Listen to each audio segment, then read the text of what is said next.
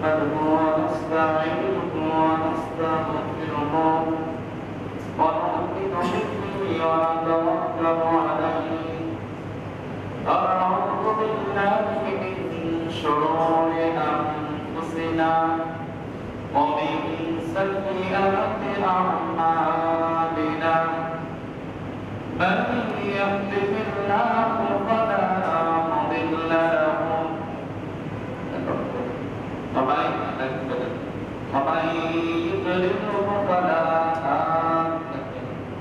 ومن يضلله فلا هادي له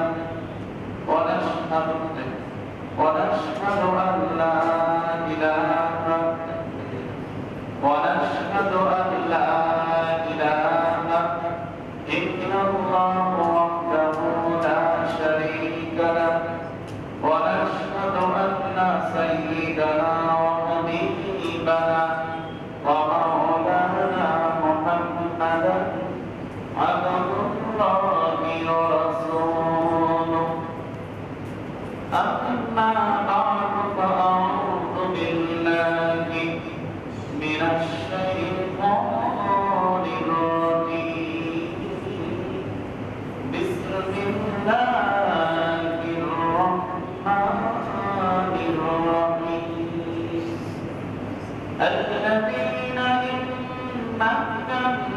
مكناهم في الأرض أقاموا الصلاة وآتوا الزكاة وأمروا بالمعروف ونهوا عن المنكر ولله عاقبة الأمور صدق الله العلي العظيم وصدق رسوله النبي الكريم ونحن على ذلك من الشاهدين والشاكرين والحمد لله رب العالمين إن الله وملائكته يصلون على النبي يا أيها الذين آمنوا صلوا عليه وسلموا تسليما اللهم صل على محمد وعلى آل محمد كما صليت على إبراهيم وعلى آل إبراهيم إنك حميد مجيد اللهم بارك على محمد وعلى آل محمد كما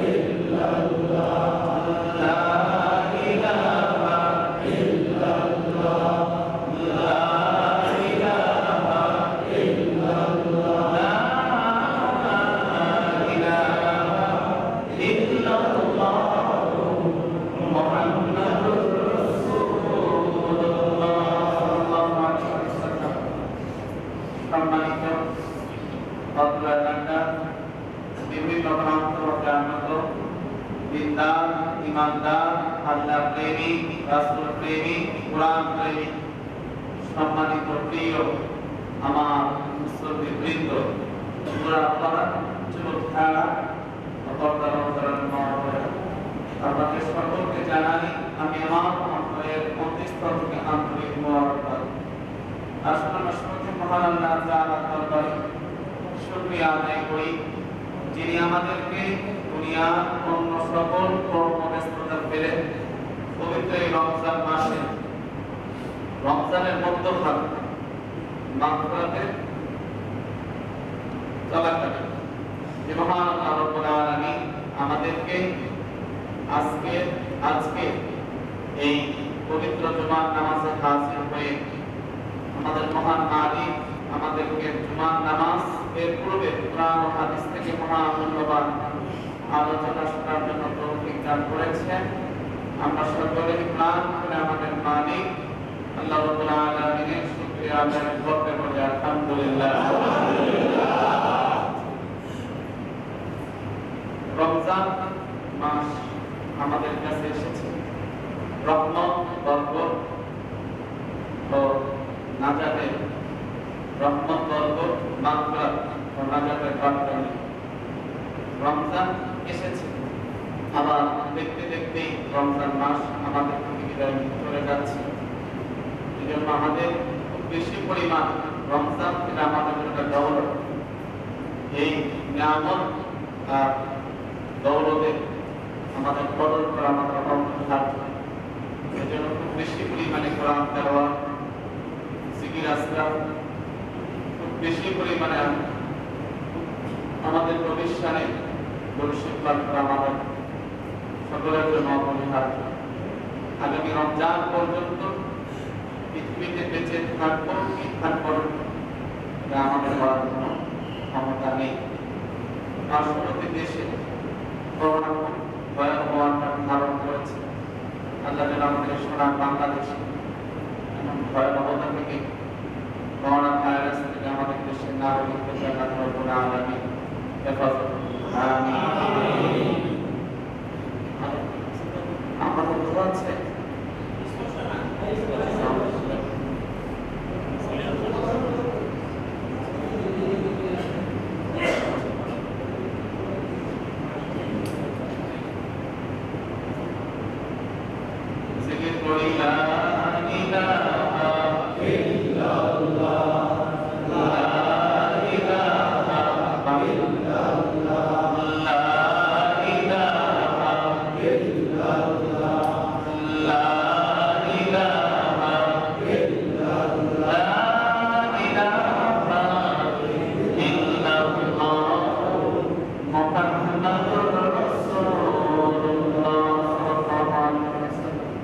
এখন বোঝা যাচ্ছে সত্যি কথা না?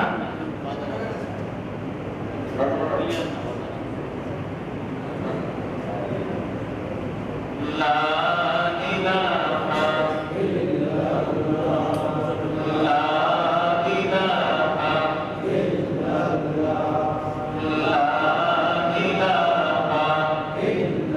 লা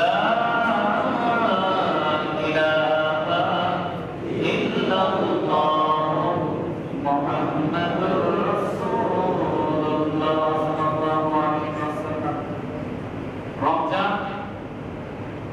আল্লাহ পাকের বিশেষ রহমত, যেন আমাদের খুব বেশি পরিমাণে আল্লাহ তাআলার ইবাদত বন্দেগী, মুজাহাদার মধ্যে আমাদের রমজান মাস কাটাতে হবে। এখন বোঝা যাচ্ছে কথা? যাচ্ছে। যাই হোক, আজ আলোচনা করব যাকাত নিয়ে। ইসলামের 5টি স্তম্ভের অন্যতম হচ্ছে যাকাত। বুনিয়াল ইসলাম আলা খামসি, শাহাদাতি আল্লা ইলাহা ইল্লাল্লাহ ওয়া আন্না মুহাম্মাদার রাসূলুল্লাহ ওয়া ইকামিস সালাত ওয়া ইতাইজ যাকাত। বিশ্বনবী সাল্লাল্লাহু আলাইহি ওয়াসাল্লাম বলেছেন, ইসলামের 5টি স্তম্ভ, এই কথা সাক্ষ্য দেওয়া যে আল্লাহ তাআলা ব্যতীত আর কোনো মাবুদ নাই।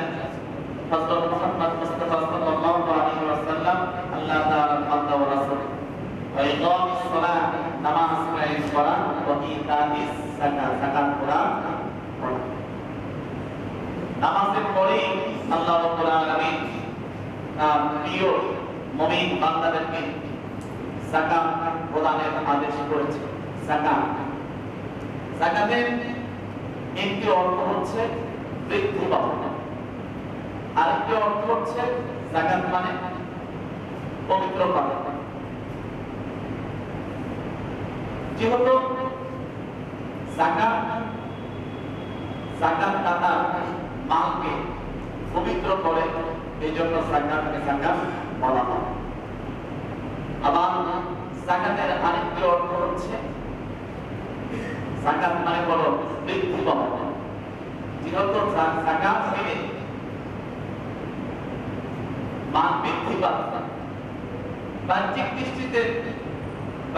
দৃষ্টি দিলে মনে হবে যে যাকাত দিল তার মানটা কমে গেল, বিষয়টি এমন নয়, বরং যে যাকাত দিলে তার মান বৃদ্ধি পাবে।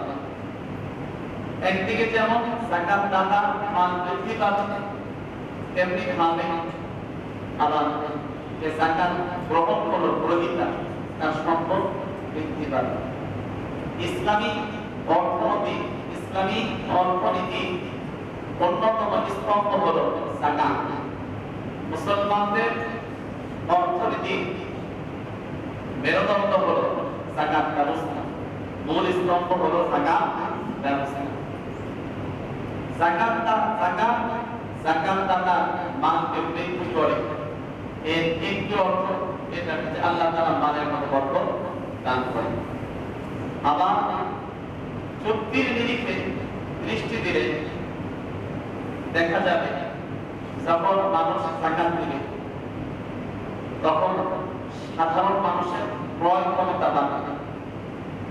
যখন সাধারণ মানুষের ক্রয় ক্ষমতা বাড়বে তখন তারা তাদের নিত্য প্রয়োজনীয় জিনিসগুলো ক্রয় করবে। এতে করে আবার যারা যাকাত দিল চক্রাকারে যাকাতের অর্থ যে যাকাতটা তার কাছে চলে যাবে। যখন সাধারণ মানুষের ক্রয় ক্ষমতা বাড়বে তখন বাজারে চাহিদা বাড়বে। চাহিদা বাড়লে মূল্যের দাম বাড়বে, উৎপাদন বাড়বে। উৎপাদন বাড়লে মানুষের কর্মস্থান সৃষ্টি হবে। আবার ঘুরে ফিরে যাকাতের অর্থ যে দিল তার কাছে চলে যাবে। যাকাত কত গুরুত্বপূর্ণ আল্লাহ রাব্বুল আলামিন তার মুমিন বান্দাদের উদ্দেশ্যে বলেন। আল্লাহ তাআলা বলেন, الذين إن مكناهم في الأرض أقاموا الصلاة وآتوا الزكاة وأمروا بالمعروف ونهوا عن المنكر ولله عاقبة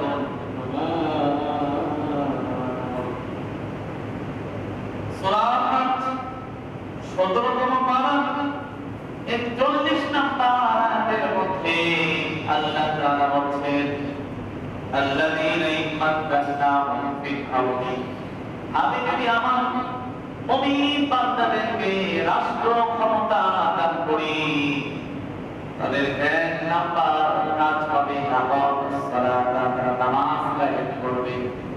যদি শাসক রাষ্ট্রপ্রধান যদি নামাজি হয়ে যায় তাহলে প্রজারা অটোমেটিক নামাজ হয়ে যাবে। কোন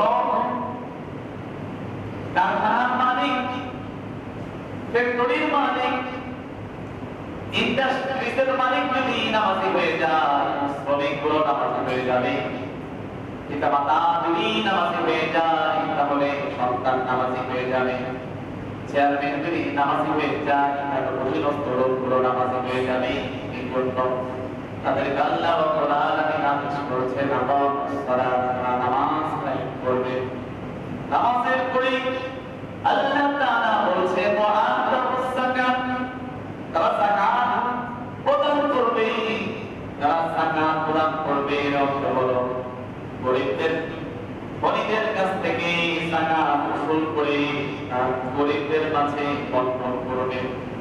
আল্লাহ রাব্বুল আলামিন শাসক বৃদ্ধকে গরিবের কাছ থেকে যাকাত ওসুল করে গরিবদেরকে প্রদান করার জন্যই বললেন, যাতে করে যে যাকাত দিবে তার মাত্রা যেন ছোট হয়ে না যায়। কারণ যদি কোনো গরিব মানুষ বড়দের কাছ থেকে যাকাত চায়, মাথাটি ছোট হবে। মানুষ আল্লাহ ছাড়া কারো সামনে মাথা নত করুক, এটা আল্লাহ রাব্বুল আলামিন পছন্দ করেন না। শাসক গোষ্ঠী যখন যাকাত আদায় করবে তখন তার হাত থাকবে না, বরং বল প্রয়োগ করে মাথা উঁচু করে গরিবের কাছ থেকে প্রজাদের কাছ থেকে যাকাত ওসুল করবে। ওসুল করে গরিবদের মাঝে বন্টন করবে। তিন নাম্বার কাজ হলো ওয়া'মারু বিল মা'রুফ। শাসকবৃন্দ প্রশাসক সৎ কাজের আদেশ করবে, অসৎ কাজে নিষেধ করবে, অন্যায় কাজে বাধা দেবে। ওয়ালিল্লাহি আকিবাতুল উমুর। সব শেষ পরিণাম আল্লাহ তাআলার কাছে। বলতেছিলাম ভাইয়া আমার, যাকাত এত গুরুত্বপূর্ণ। কোরআন শরীফে এক দুই জায়গায় নয়, ৮২ জায়গায় আল্লাহ তাআলা যাকাতের কথা উল্লেখ করেছেন। অনেক জায়গায় যেখানে নামাজের কথা উল্লেখ করেছেন, নামাজের পরপরই যাকাতের বিষয় উল্লেখ করেছেন। কোরআন শরীফে ২৮ জায়গায় আল্লাহ রাব্বুল আলামিন নামাজের সঙ্গে যাকাতের বিষয়কে আলোচনা করেছেন। ২৮টি জায়গায় নামাজের নির্দেশ করার পর, আদেশ করার পর আল্লাহ রাব্বুল আলামিন যাকাত প্রদানের আদেশ করেছেন। নামাজ কায়েম করতে হলে অবশ্যই যাকাত প্রদান করতে হবে। এর কারণ হলো আল্লাহ রাব্বুল আলামিন বলেছেন নামাজ কায়েম করো। যদি গরিব অনাহারের পেটে খাবার না থাকে, অসহায়দের যদি খাবারের ব্যবস্থা না থাকে, সংসার অভাব অনটনে জর্জরিত থাকে, তাহলে যখন নামাজ পড়বে তখন শরীরে শক্তি পাবে না। একাগ্র চিত্তে নিবিষ্ট মনে নামাজ পড়তে পারবে না। নামাজে দাঁড়ালে খাবার নেই, শরীরটা দুর্বল হয়ে পড়বে, অভাব অনটনে জর্জরিত পড়বে। নামাজে দাঁড়ালে তার পারিবারিক কথা, নানা সমস্যা তার সামনে এসে উঠবে। এজন্য আল্লাহ রাব্বুল আলামিন প্রথমে নামাজের কথা বললেন, এরপরে যাকাতের বিষয়টি উল্লেখ করলেন। হক দুই প্রকার, এক হচ্ছে আল্লাহর হক, দ্বিতীয় হচ্ছে বান্দার হক। আল্লাহ রাব্বুল আলামিন প্রথমে যাকাতের কথা উল্লেখ করে আল্লাহ রাব্বুল আলামিন প্রথমে নামাজের কথা উল্লেখ করে আল্লাহ রাব্বুল আলামিন তার নিজের হকের কথা বলেছেন, বান্দা আমার হক নামাজ আদায় করো। এরপর যাকাত এর প্রসঙ্গে এনে আল্লাহ রাব্বুল আলামিন তার মুমিন বান্দাদেরকে বললেন, আমার হক নামাজ আদায় করার পরে আমার বান্দার হক যাকাত আদায় করো। যাকাত এটা আল্লাহর মনোনীত ফরজ বিধান, যা আল্লাহ রাব্বুল আলামিন গরিবদেরকে দিয়েছেন।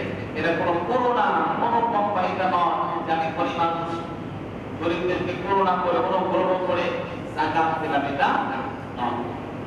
কোরআন আল্লাহ বলছেন, ওয়াফি আমওয়ালিহিম হাক্কুল লিস-সাইলি ওয়াল মাহরুম। ৩৫তম পারা সূরা মাআরিজের মধ্যে আল্লাহ তাআলা বলছেন,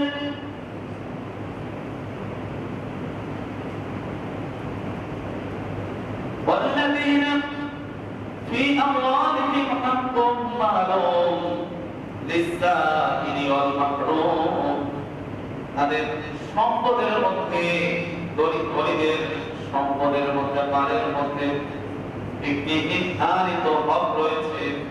এই হকগুলো হলো লিস-সাইলি, সওয়ালকারীদের জন্য, ওয়াল মাহরুম, বঞ্চিত অসহায়দের জন্য।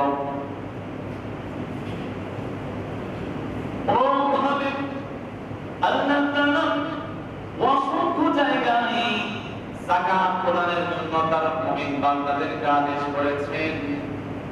যাকাত শুধু উম্মতে মুহাম্মাদের উপর ফরজ তা নয়, বরং পূর্ববর্তী যত নবী রাসূল এসেছিলেন তাদের জন্য রব্বুল আলামিন নামাজ আদায়ের পরে যাকাত প্রদানের কথা আল্লাহ রব্বুল আলামিন ঘোষণা করেছেন। এই প্রসঙ্গে আল্লাহ রাব্বুল আলামিন যখন ইব্রাহিম আলাইহিস সালামকে খুশখবর দিলেন, সুসংবাদ দিলেন যে তোমার বংশের মধ্যে অসংখ্য নবী আসবে।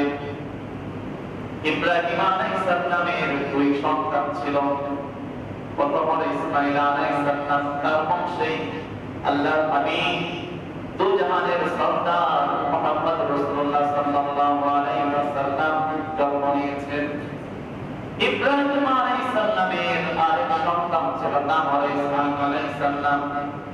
ইসহাক আলাইহিস সালামের বংশে ৭০,০০০ পয়গম্বর আল্লাহ দুনিয়াতে এসেছিলেন। আল্লাহ রাব্বুল আলামিন ইব্রাহিম আলাইহিস সালামকে খুশখবর দিলেন যখন তিনি আল্লাহর জন্য, ইসলামের জন্য, দ্বীনের জন্য বাবাকে ছাড়লেন, মাকে ছাড়লেন, জন্মভূমি ছেড়ে ইরাক ত্যাগ করে সিরিয়া চলে গেলেন, সব কিছু আল্লাহর জন্য কুরবান করলেন। আল্লাহ তাআলা খুশি হয়ে পয়গম্বর ইব্রাহিম আলাইহিস সালামকে জানিয়ে দিলেন, ইব্রাহিম রে, তোমার বংশে অসংখ্য নবী আমি আল্লাহ রাব্বুল আলামিন দান করব। সেই কথা শুনে আল্লাহ রাব্বুল আলামিন সূরা আম্বিয়া ৭৩ নম্বর আয়াতের মধ্যে ১৭তম পারা আল্লাহ রাব্বুল আলামিন বলছেন, ওয়াজআলনাহুম আইম্মাতান ইয়াহদুনা বিআমরিনা ওয়া আওহাইনা ইলাইহিম ফি'লাল খায়রাতি ওয়া ইকামাস সালাতি ওয়া ইতাআস যাকাত ওয়া কানু লানা আবিদিন। আল্লাহ তাআলা বলছেন, আমি তাদেরকে ইমাম বানাবো, নেতা বানাবো। ইমাম হচ্ছেন নেতা। পৃথিবীতে যত নবী রাসূল এসেছিলেন তারা ছিলেন ইমাম, এর অর্থ হলো নেতা। ইয়াহদুনা বিআমরিনা, তারা আমার নির্দেশ মোতাবেক পরিচালিত হবে, তারা আমার নির্দেশিত পথে তারা চলবে। وأوحينا إليهم فعل الخيرات وإقام الصلاة وإيتاء الزكاة। الله تعالى বলছেন, وأوحينا إليهم فعل الخيرات وإقام الصلاة وإيتاء الزكاة।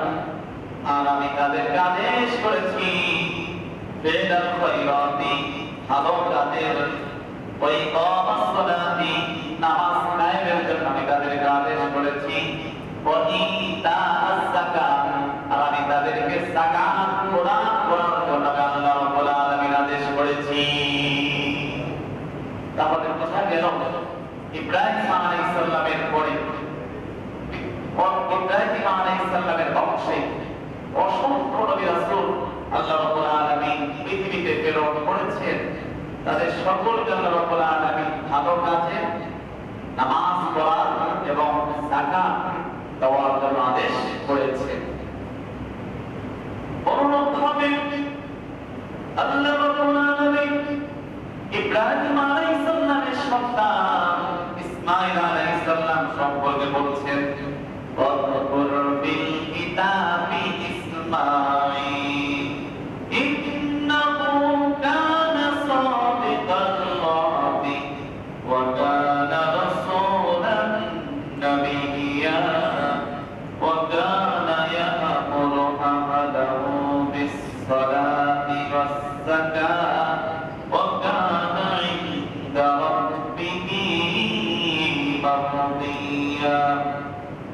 সূরা মারইয়াম ১৬তম পারা ৫৪ নম্বর আয়াতের মধ্যে আল্লাহ তাআলা বলছেন, ওয়াযকুর ফিল কিতাবি ইসমাঈল কিতাবের মধ্যে কোরআনের মধ্যে ইসমাঈল আলাইহিস সালাম সম্পর্কে উল্লেখ করুন, আলোচনা করুন। ইন্নাহু কানা সাদিকুল ওয়াদি, ইসমাঈল আলাইহিস সালাম ছিলেন ওয়াদা পূরণে সত্যবাদী, কখনো জীবনে কখনো ওয়াদা ভঙ্গ করেন নাই। ওয়া কানা রাসূলান নাবিয়্যা, আর তিনি ছিলেন রাসূল এবং নবী। ওয়া কানা ইয়া'মুরু আহলাহু বিস-সালাতি ওয়াস-সাকাত ওয়া কানা 'ইনদা রাব্বিহি মারদিয়্যা। ইসমাঈল আলাইহিস সালাম তার পরিবারের লোকদেরকে আদেশ করতেন, বিস-সালাত, নামাজের আদেশ করতেন, ওয়াস-সাকাত, এবং যাকাত আদায় করার জন্য আদেশ করতেন। ইসমাঈল আলাইহিস সালাম তার সন্তানদেরকে বলতেন, তোমরা নামাজ কায়েম করবে, যাকাত প্রদান করবে। আর আমরা সন্তানদেরকে কিসের আদেশ করি? সন্তানদের কিসের আদেশ করি? বড় খেলোয়াড় হবে, বড় ডাক্তার হবে, বড় ইঞ্জিনিয়ার হবে, বড় প্রফেসর হবে, বড় বিজ্ঞানী হবে। ঠিক আছে, ঠিক আছে, এগুলো দুনিয়াতে চলার জন্য প্রয়োজন হয়। এগুলো তো সন্তানদেরকে বলতে হবে, বাবা কোরআন শিখো, কোরআন পড়ো, নামাজ পড়ো, রোজা রাখো, যাকাত আদায় করো। আল্লাহ তাআলা ইসমাঈল আলাইহিস সালাম সম্পর্কে বললেন, ওয়া কানা 'ইনদা রাব্বিহি মারদিয়্যা। ইসমাঈল আলাইহিস সালাম ছিলেন তার রবের নিকট সন্তুষ্টপ্রাপ্ত, আল্লাহর কাছে সন্তুষ্টপ্রাপ্ত নবী ছিলেন। আল্লাহ রাব্বুল আলামিন ইসমাঈল আলাইহিস সালামের প্রতি খুশি হয়েছিলেন, যার সার্টিফিকেট আল্লাহ রাব্বুল আলামিন কোরআন শরীফে ঘোষণা করেছেন। আল্লাহ রাব্বুল আলামিন মূসা আলাইহিস সালামের কথা আল্লাহ তাআলা উল্লেখ করছেন 9 নম্বর পারা সূরা আরাফ 156 নম্বর আয়াতের মধ্যে আল্লাহ রাব্বুল আলামিন পয়গম্বর মূসা আলাইহিস সালামের কথা উল্লেখ করেছেন। মূসা আলাইহিস সালাম তুর পাহাড়ে গিয়ে আল্লাহর কাছে হাত উঠে পড়ে বললেন, আল্লাহ তাআলা তুমি আমার উম্মতদেরকে আযাব গজব দিও না, যদি অপরাধ করে তাহলে কিছু শাস্তি দিও, কিন্তু আযাব আর গজব দিয়ে এই করোনা ভাইরাসের মতো যেটা ইন্ডিয়াতে চলছে, মানুষের লাশ রাস্তাঘাটে পড়ে আছে, কুকুরগুলো মানুষের লাশগুলো টানা হেঁচড়া করছে, শ্মশানে লাশগুলো চালানোর জন্য খড়ি পাওয়া যাচ্ছে না। সরকার ঘোষণা করেছে এখন থেকে গোবর দিয়ে হিন্দুদের লাশগুলো চালানোর জন্য সরকার গোবর ব্যবহার করার জন্য বলেছে। খড়ি পাওয়া যাচ্ছে, লাশ আগুনে জ্বালিয়ে দিবে, হাহাকার। আল্লাহর গজব, আল্লাহর পাকড়াও শক্ত হয়। এখন ধর্মবিদ্বেষী নাস্তিকগুলো কি করবে? তারা আমাদেরকে বলেছিল যে করোনা ভাইরাসের ভয়ে হুজুররা ভয়ে একবারে আতঙ্কিত, তারা এখন আর ধর্মকর্ম নাউজুবিল্লাহ বলে গিয়েছে, তারা অপেক্ষায় আছে কখন বিজ্ঞান ভ্যাকসিন আবিষ্কার করবে সেই আশা আছে। বলে মিনিমাম তার কোনো সময় মৃত্যুর ভয় করে না। কারণ আমি জানি পৃথিবী সৃষ্টির 50,000 বছর আগে মানুষের ভাগ্যলিপি তকদি লিখা হয়ে গিয়েছে। যদি সেখানে আমার কপালে করোনা ভাইরাস থাকে, পাঁপড়ের পথে পারায়ণ করলেও আমাদের করোনা ভাইরাস হবে। আর যদি কপালে করোনা ভাইরাস লেখা না থাকে, এক প্লেটে বসে খাবার দিলেও করোনা ভাইরাস হবে না। অনেকে দেখি করোনা ভাইরাসের ভয়ে তারা মসজিদে আসেন না।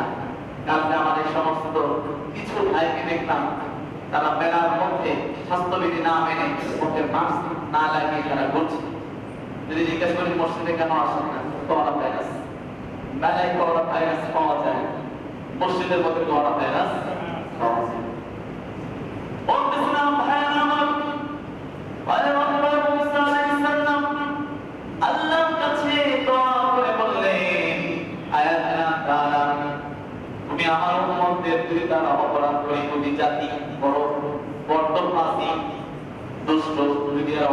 করে একটু শাস্তি দিও, কিন্তু আযাব আর গজব দিয়ে আমার উম্মতদেরকে তুমি ধ্বংস করে দিও না। সঙ্গে সঙ্গে আল্লাহ রাব্বুল আলামিন পয়গম্বর মুসা আলাইহিস সালামকে জানিয়ে দিলেন, ক্বালা আযাবি উসিবু বিহি মান আশা ওয়া রাহমাতি ওয়াসিআত কুল্লা শাই ফাসানতুহা লিল্লাযীনা ইয়াত্তাকুনা ওয়া ইউতুনা আস-সাকাতা ওয়াল্লাযীনা হুম বিআয়াতিনা ইউমিনুন। আল্লাহ তাআলা বলছেন, ক্বালা আযাবি উসিবু বিহি মান আশা, আমার আযাব যাকে আমি চাই, যাকে আমি ইচ্ছা করি তাকে আমার আযাব মাত্রাও করবে, যাকে আমি চাই তাকে করোনা ভাইরাস দ্বারা তাদেরকে আমি ধ্বংস করে দেব। রহমতি ওয়াসিআত কুল্লা শাই, তবে আমার রহমত সব কিছুকে বেষ্টন করে আছে। যদি আল্লাহ রাব্বুল আলামিনের দয়া না থাকতো, আমাদের প্রতি অনুগ্রহ না থাকতো, তাহলে পৃথিবীর মানুষগুলো না খেয়ে বিপাশায় কাতর হয়ে প্রায় কাতর হয়ে পৃথিবীর সমস্ত প্রাণী মারা যেত, অক্সিজেনের অভাবে মানুষ মারা যেত। আল্লাহর রহমত সব কিছুকে বেষ্টন করে আছে। এরপর আল্লাহ বলছেন, ফাসাআতুহা লিল্লাযীনা ইয়াত্তাকুনা ওয়া ইউতুনা আস-সাকাতা ওয়াল্লাযীনা হুম বিআয়াতিনা ইউমিনুন। আল্লাহ তাআলা বলছেন, আমি আমার রহমতকে, আমার অনুগ্রহকে, আমার দয়াকে তাদের জন্য আমি নির্ধারিত করে রেখেছি, লিখে রেখেছি। আমার ওই সমস্ত প্রিয় বান্দাদের জন্য, লিল্লাযীনা তাকুনা, যারা আল্লাহকে ভয় করে, যারা তাদের মালিক আল্লাহ তাআলাকে ভয় করে, তাকওয়া অবলম্বন করে, ওই ইউতুনাস সাকাতা, এবং যাকাত প্রদান করে, ওয়াল্লাযীনা হুম বিআয়াতিনা ইউমিনুন, আর যারা আমার এই কোরআনকে, আমার আয়াতকে যারা বিশ্বাস করে, তাদের জন্য আমি আমার রহমতকে লিখে রেখেছি। এখানে আল্লাহ তাআলা বলছেন, যারা আল্লাহকে ভয় করবে, যাকাত প্রদান করবে, তাদেরকে আল্লাহ রহমত বেষ্টন করে রাখবে, ঘিরে রাখবে। আর যাদেরকে আল্লাহ রহমত বেষ্টন করে রাখবে, তাদের কোনো ভয় আছে? তাদের কি নাই কোনো ভয়? আওয়াজ তোমাকে শোনা যাচ্ছে কথা? ক্লিয়ার আছে? পয়গম্বর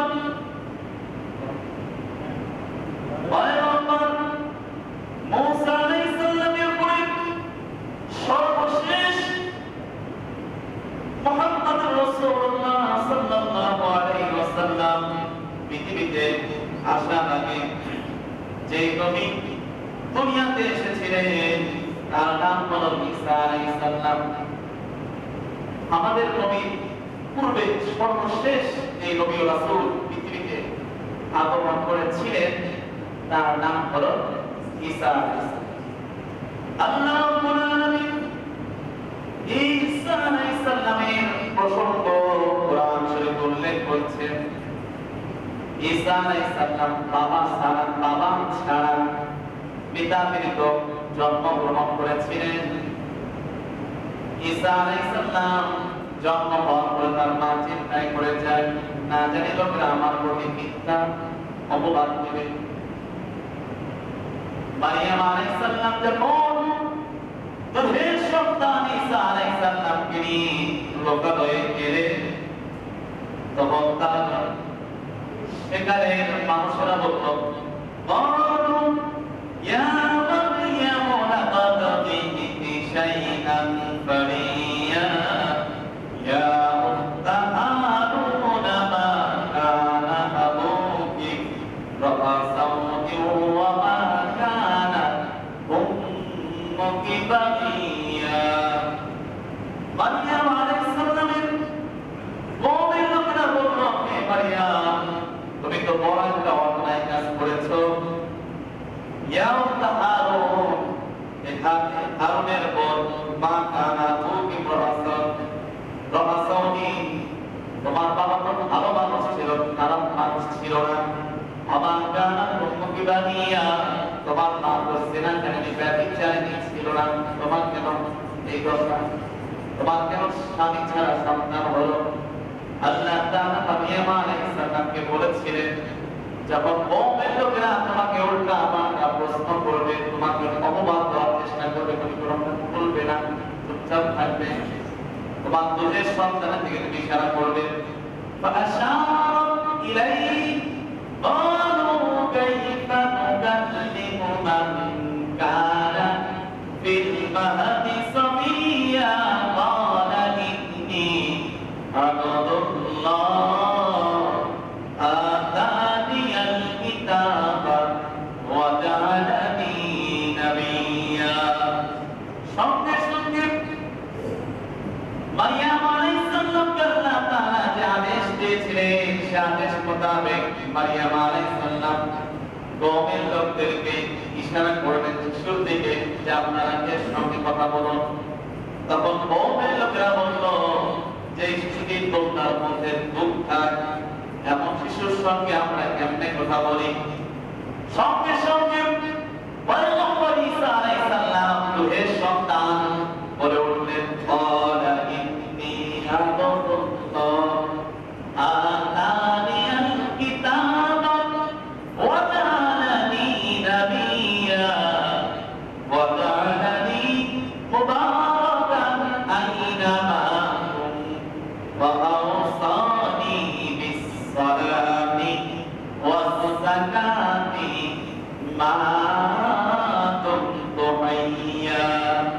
সঙ্গে সঙ্গে পয়গম্বর ঈসা আলাইহিস সালাম বললেন, ওরে কওমের লোকরা, বলো আল্লাহর বান্দা আতানিয়াল কিতাব, আমাকে আসমানি গ্রন্থ কিতাব দান করা হয়েছে, ওয়া জাআলানি নাবিয়্যা, আর আমাকে আল্লাহ রাব্বুল আলামিন নবী বানিয়েছেন, আমি নবী হিসেবে দুনিয়াতে আগমন করেছি। ওয়া জাআলানি মুবারাকান আইনামা কুনতু ওয়া আওসানি বিস-সালাতি ওয়াজ-যাকাতি মা দুমতু হাইয়্যা। ঈসা আলাইহিস সালাম বললেন, আমি যেখানেই অবস্থান করি না কেন, যেখানেই থাকি না কেন, আমার প্রতি রয়েছে আমার রবের বরকত রহমত, আমার মালিকের বরকত রহমত আমাকে বেষ্টন করে আছে। আমি যেখানেই থাকবো সেখানে বরকত আর বরকত।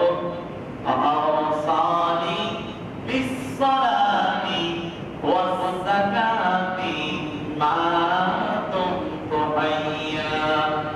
আল্লাহ তাআলা পয়গম্বর ঈসা আলাইহিস সালাম বললেন, আল্লাহ তাআলা আমাকে আদেশ করেছেন আওসানি বিস-সালাত, নামাজ আদায় করা, ওয়াজ-যাকাত, যাকাত আদায় করার জন্য, যাকাত প্রদান করার জন্য আল্লাহ তাআলা আমাকে আদেশ করেছেন।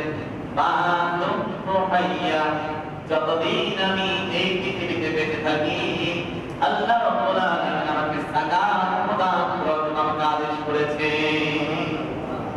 অনুরূপভাবে বিশ্বনবী সাল্লাল্লাহু আলাইহি ওয়াসাল্লামের প্রতি আল্লাহ রাব্বুল আলামিন যাকাতকে ফরজ করেছেন, যাকাতের আদেশ করেছেন।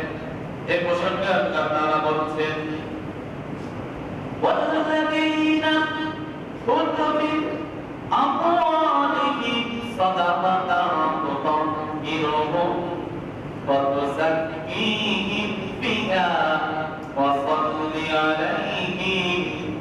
আল্লাহ তাআলা বলছেন, খুযু মিন আমওয়ালিহিম সাদাকাতান তুতাহহিরুহুম ওয়া তুযাক্কিহিম বিহা। হে রাসূল, তাদের সম্পদ থেকে, খরিদের সম্পদ থেকে আপনি যাকাত গ্রহণ করুন। আপনি এর দ্বারা আপনার উম্মতদেরকে পবিত্র করবেন এবং পরিশোধিত করবেন, তাদেরকে পরিশোধিত করবেন। আল্লাহ তাআলা আয়াতের মধ্যে বলছেন, ওয়াল্লাযীনা ইয়াকনিজুনা আয-যাহাবা ওয়াল-ফিদ্দাতা ওয়া লা ইউনফিকুনাহা ফী সাবিলিল্লাহি ফাবাশশিরহুম বিআযাবিন আলীম। আর যারা সম্পদ জমা করে রাখে, সম্পদ সঞ্চয় করে রাখে, আল্লাহর রাস্তায় ব্যয় করে না, খরচ করে না, যাকাত দেয় না, হে রাসূল আপনি তাদেরকে মর্মন্তুদ যন্ত্রণাদায়ক শাস্তির সুসংবাদ তাদেরকে জানিয়ে দিন। ইয়াউমা ইয়াকমা আলাইহা, যেদিন জাহান্নামের আগুনে সেই সোনারূপা যা তারা সঞ্চয় করে রেখেছিল, এই সোনারূপাকে জাহান্নামের আগুনে জ্বালানো হবে, উত্তপ্ত করা হবে। ফাতুকওয়া বিহা জিবাহুম, এই সম্পদ সোনারূপাকে জাহান্নামের আগুনে উত্তপ্ত করে তাদের কপালের মধ্যে বজ্রনৌকুম, তাদের পাথরের মধ্যে অজুরহুম, তাদের পিঠের মধ্যে সিল মারা হবে, সেকা দেওয়া হবে। আর বলা হবে হাদা মা কানাসতুম লিআনফুসিকুম ফাযাকুহু মা কুনতুম তাকনিজুন। এই হলো সেই ধন সম্পদ, সোনা রূপা যা তোমরা মজা করে দুনিয়াতে সঞ্চয় করে রেখেছিলে, জমা করে রেখেছিলে, যাকাত দাও নাই। আজকে তার চূড়ান্ত স্বাদ তোমরা আজ তোমরা উপভোগ করতে থাকো। এই বলে জাহান্নামের আগুনে সোনা রূপাকে উত্তপ্ত করে জ্বালিয়ে তারা যারা সম্পদ জমা করবে, যাকাত দিবে না, তাদের কপাল, তাদের পাঁজর, তাদের পিঠের মধ্যে সেকা দেওয়া হবে। আল্লাহ রাব্বুল আলামিন আমাদের সকলকে যাকাত আদায় করার তৌফিক দান করুন। যাকাতের হিসাব হলো যাদের 52.5 ঘোড়া, 52.5 ভরি রৌপ্য, 52.5 ঘোড়া রৌপ্য, আর স্বর্ণের হিসাব 7.5 ভরি। 52.5 ভরি রৌপ্যের দাম বর্তমান বাজার মূল্য 50,000 টাকা, সতর্ক দাম 40,000 টাকা। যদি সারা বছর এই 40 বা 50,000 টাকা 52.5 ভরি রৌপ্যের সমপরিমাণ মূল্য সারা বছর এই পরিমাণ সম্পদ অর্জিত হওয়ার পর 1 বছর পরিমাণ এই পরিমাণ টাকা পয়সা বা স্বর্ণ রূপা আপনার কাছে জমা থাকে, তাহলে বছর শেষে আপনাকে 40,000 টাকা প্রদান করতে হবে। আর যাদের ছাগল আছে, ছাগলের নিসাব হচ্ছে 40টি বলে একটি ছাগল দিতে হবে। 40 থেকে 120টা পর্যন্ত, এরপরে 200টা হলে 2টা ছাগল। আর গরুর ক্ষেত্রে গরু মহিষ নিসাব হলো, যদি গরু মহিষ 30টি হয় তাহলে 1 বছরের একটি বাচ্চা দিতে হবে। আর যদি 40টি হয় মানে 31 থেকে 39 একটি বাচ্চা, আর 40টি হলে তখন 2 বছর বয়সী গরুর বাছুর বা মহিষের বাছুর দিতে হবে। আর 41 থেকে 49 কোনো যাকাত নেই, 60টি হলে 1 বছরে 2টা বাচ্চা দিতে হবে। আর উটের ক্ষেত্রে 5 থেকে 9টি পর্যন্ত উটের জন্য একটি ছাগল যাকাত দিতে হবে। আর ওই শস্য ফসলাদের ক্ষেত্রে বিধান হলো যদি আকাশের পানি দ্বারা সিঞ্চন হয়, সেচ দেওয়ার প্রয়োজন না পড়ে, তাহলে 20 ভাগের 1 ভাগ আকাশের পানি দ্বারা সেচ দিতে না হয়, তাহলে 10 ভাগের 1 ভাগ শস্য আল্লাহর রাস্তায় গরিবদেরকে দান করতে হবে। আর যদি সেচ দিতে হয় মানে তাকে অর্থ ব্যয় করে সেচের ব্যবস্থা করতে হয়, তাহলে 20 ভাগ এই উৎপাদিত ফসলের 20 ভাগের 1 ভাগ গরিব মিসকিনকে দান করতে হবে। আল্লাহ তাআলা সকলকে তৌফিক দান করুন। ওয়া আলহামদুলিল্লাহি রাব্বিল আলামিন।